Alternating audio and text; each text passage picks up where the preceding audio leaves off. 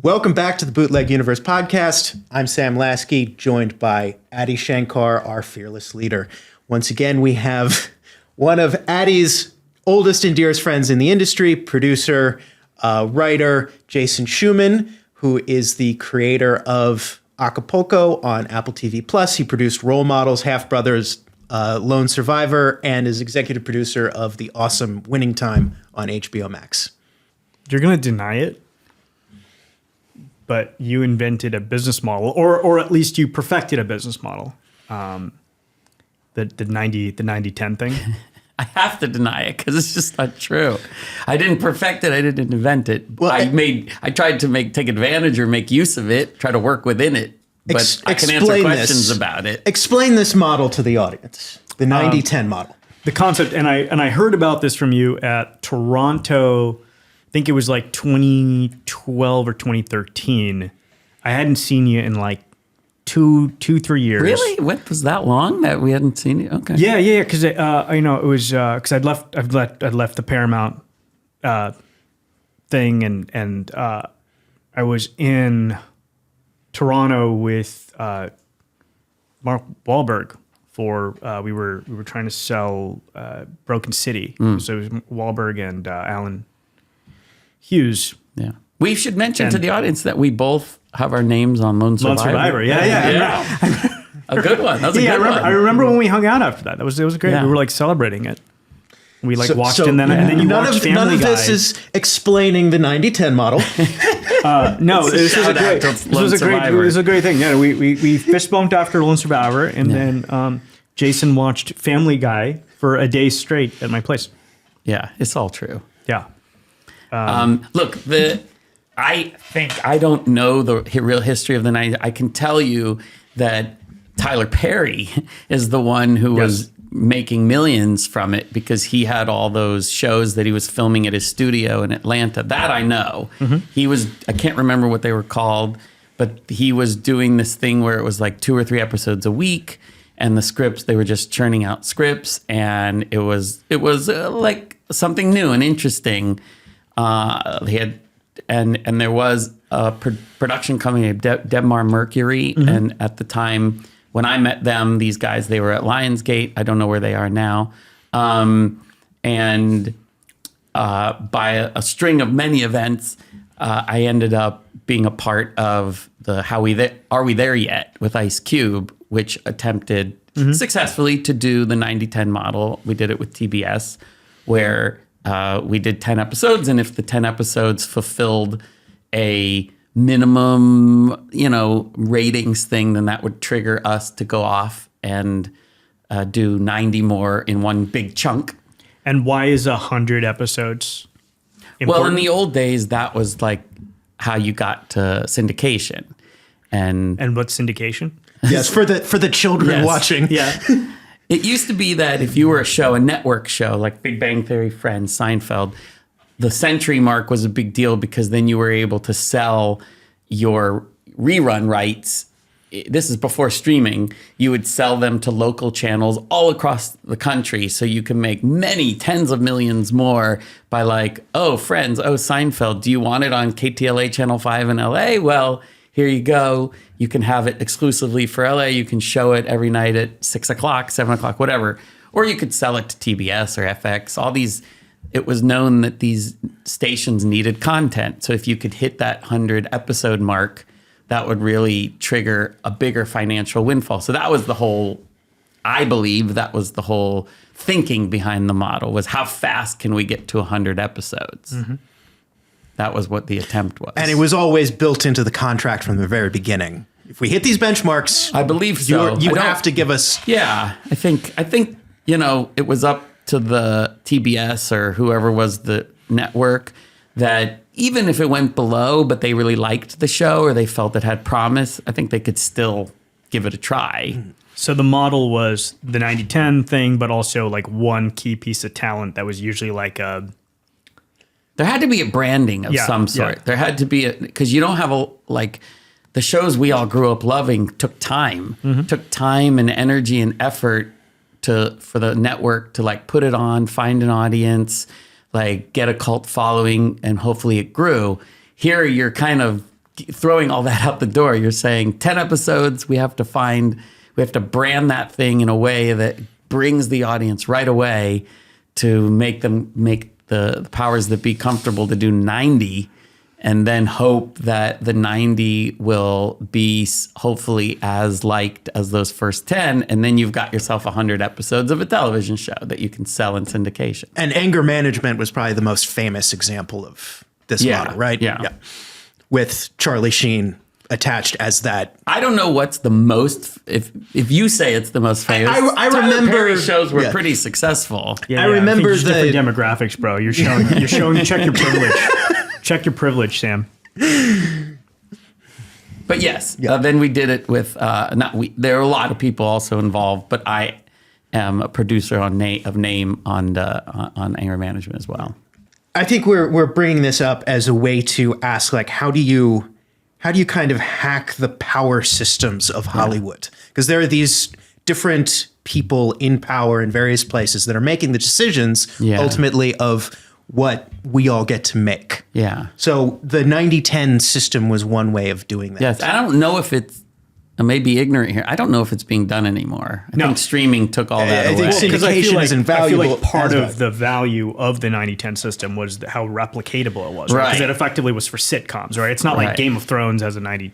Or like, it's sitcoms. Okay, now we have the set, we have the actors, we have...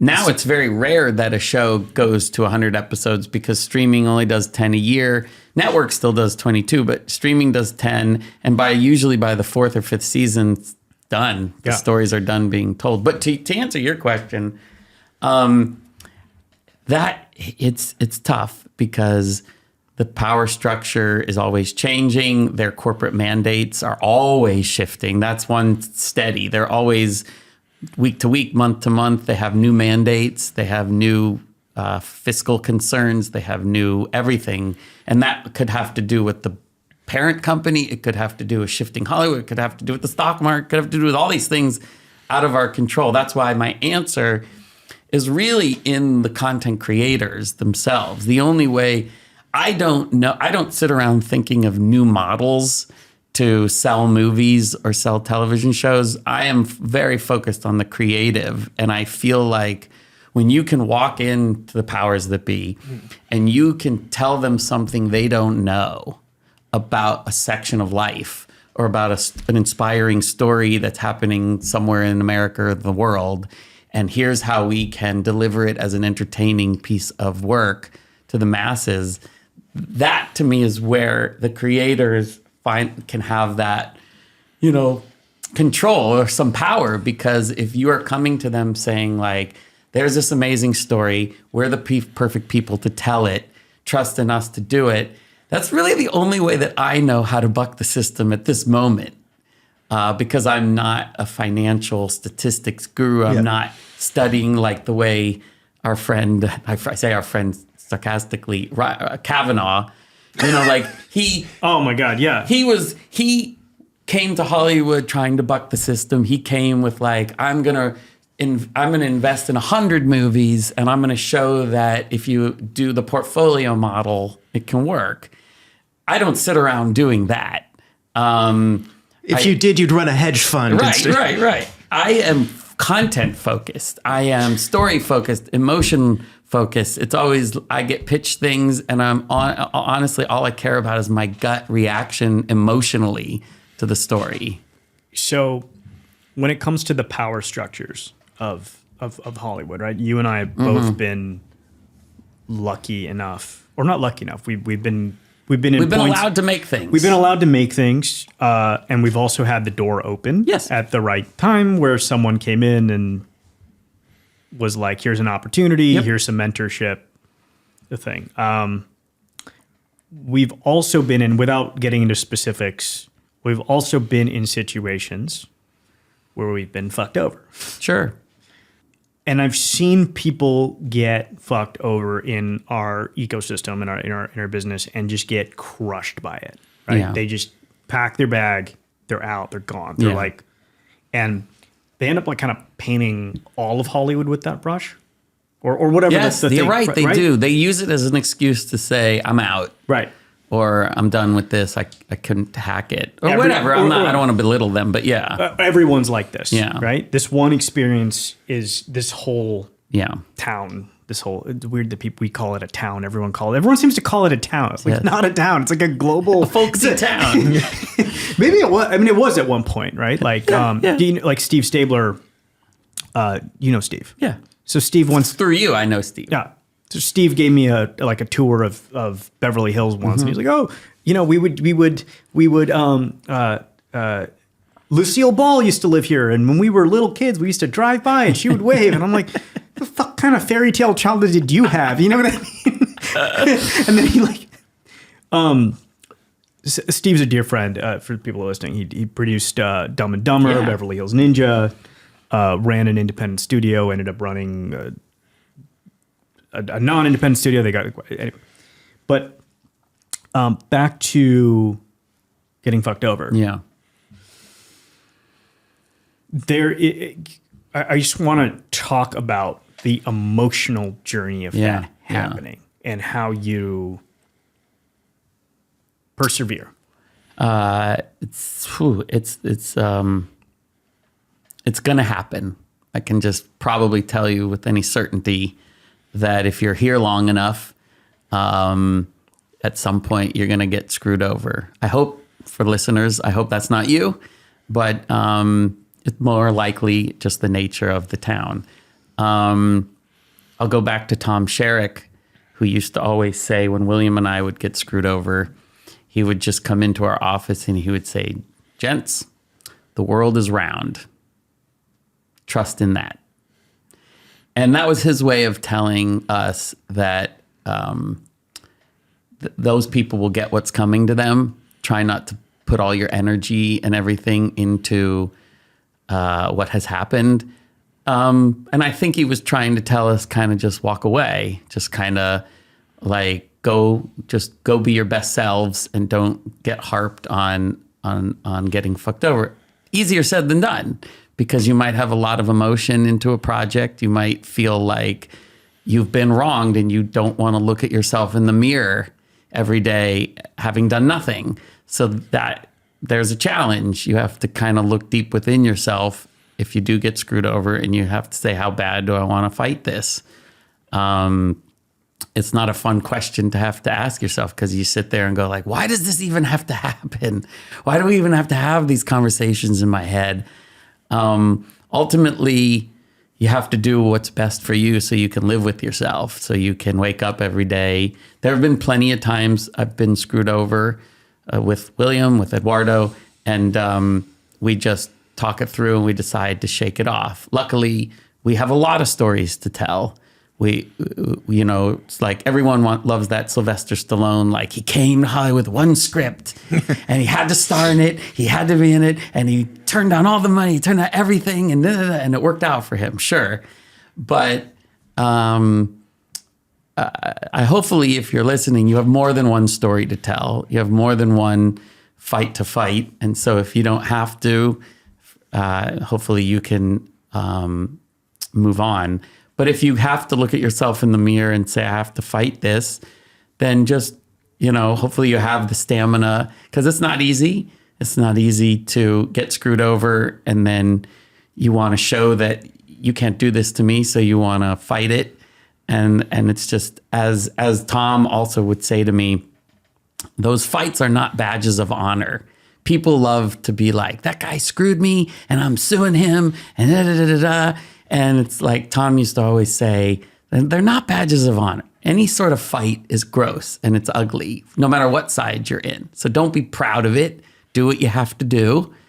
And hopefully you'll come out, with a result that you can live with and move on. And so many different personalities had he, so many different ways to go about these things. I don't have one answer, except people need to be true with themselves and be able to look themselves in the mirror. And if you have to fight it, fight it. And hopefully it was worth it. Yeah.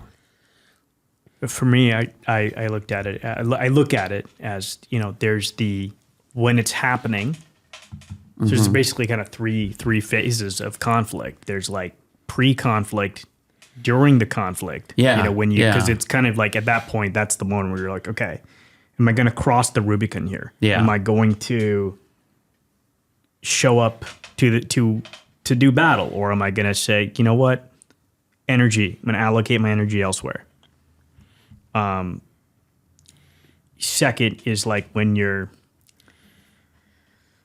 like in the battle, you're like, what is my like kind of mindset in the battle? Like, is it like how do you?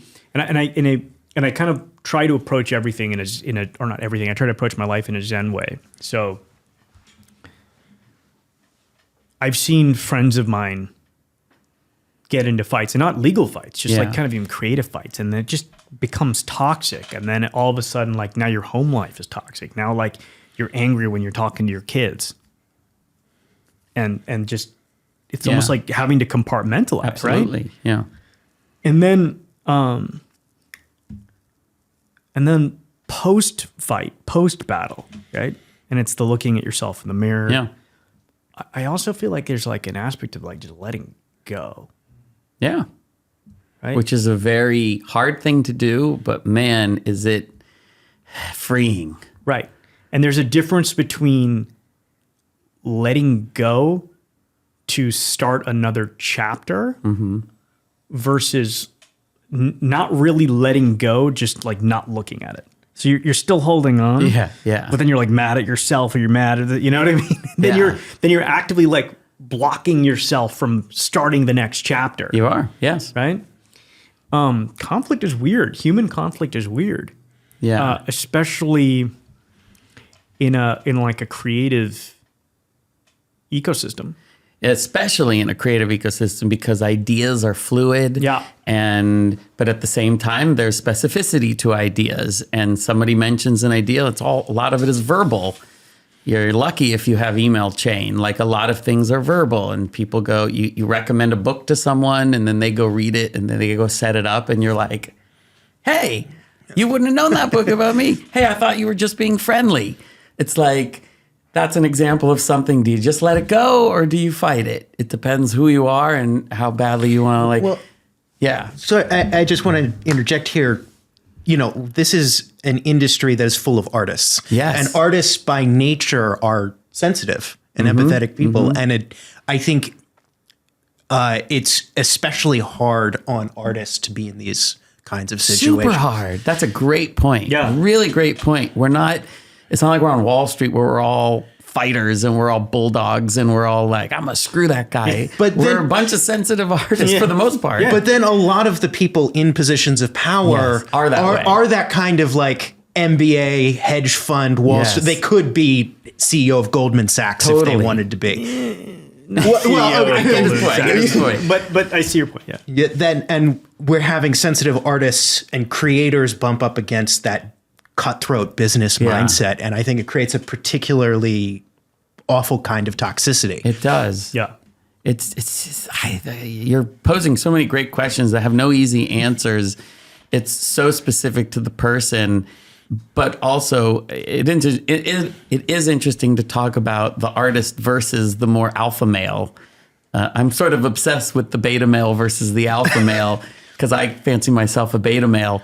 And like this town is full of alpha males. I'm an alpha male. And those alpha males are particularly attracted to being in positions of power. Yes. And obviously, as we've discovered over the last couple of years, abusing those positions of power. Yeah. Yeah. Sam worked for Rudin, by the way. Oh man, we could have an offline conversation. Yeah. I should Scott just Rudin. say I quit multiple times and was told I was not allowed to quit. At some point, I think they thought I was moving to Europe, and then I just never talked to him again. I'd love to know more about that. I fundamentally believe in a win-win scenario. A lot of people believe in the zero-sum game. That like the outcome has to be that someone has to win and someone has to lose. And so a lot of times when I feel an injustice happening, when I feel something, I will try to cut it off and say, can we just talk about it? Because any sort of meet in the middle, even if the middle is not even close to what I want it to be the middle, I still will feel like, you know what, at least there's some acknowledgement of some wrongdoing, and a little bit is better than nothing, and I can just move on with my life. Some of it, I just like to come to the table and just talk it out. Can we just come to can we acknowledge that there's a gray area? But some people are just like, no, you screwed me and you must pay. Or like, well, fuck this gray area, sorry. No, go ahead, screw this gray area, like you are wrong. And once you've got that mentality, or once you're up against someone with that mentality, it's tough. It's tough because I'm coming to try to create a win-win scenario the best I can and walk away, shake hands, and let's move on with life. But some people want the war. They like the zero-sum game. They feel it energizes them. Like, I'm gonna fight this thing. And I think, unfortunately, we've glamorized that aspect of the industry in a lot of ways. I mean, how many agents right now are agents because they want to be Ari Gold from Entourage? Yes. They want to be the guy who's yelling and picking fights. Yeah, totally. Yeah. Art imitating life, life imitating, sure. Yeah, I feel like, it's just part of like almost the dichotomy of the human experience at play, because like if someone wrongs you, it's natural to want to click into revenge. Yeah. But if you do that, you destroy yourself. Oh, so much. Right? You just destroy it. It's like taking a poison pill. So when you look at the agents that do that, or the agents of like kind of old that operated in that way, well, just look at where some of them end up after the agenting days are over. Well, that comes back to Tom's saying, the world is round. Yeah. I mean, you push back against the WGA too much, maybe sometimes bad things happen to your company. Right. Yeah. Hopefully there are some things in place, like Eduardo and I were screwed on a deal with a company, and the Writers Guild has lawyers that handle it for you. There are, as Addie and I know, there are lawyers out there that if you were screwed by other producers or other companies, there are ways to help your cause so you don't have to do it because we're artists. But even that, you hope to avoid. Yeah. And I feel like the other thing that kind of aids you, at least what I've observed, not being you, but observing you, you're a positive guy. You care about the community. You care about your friends. Your friends care about you. You have a squad. You all take care of each other. And so, it's, you're not just rolling by yourself. No. Right? And then there's like ripple effects to fucking with you. Yes. And it's not like a guy with a hammer, right? No. It doesn't turn into old boy all of a sudden, like, but there are ripple, like, because then people hear about it. Then, like, if I hear about it, I'm like, that guy fucked with Shuman? What a fucking douchebag. You know what I mean? Oh, thank you. It happens. But in all, I feel like this community of Hollywood has given back to me in spades. Mm-hmm. And so despite the ups and downs, like I wouldn't like where I am right now and the opportunities I have to tell the stories I want to tell and do it with Eduardo. I'm very grateful.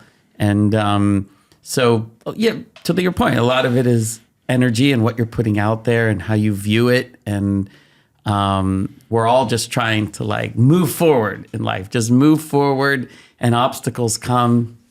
And each obstacle is a challenge, and it sort of tests your character and your stamina. But I still, even at my age, I don't know what the right answer is. I just know what the right answer is for me. That's all. Yeah. I think that's a lovely sentiment to end on.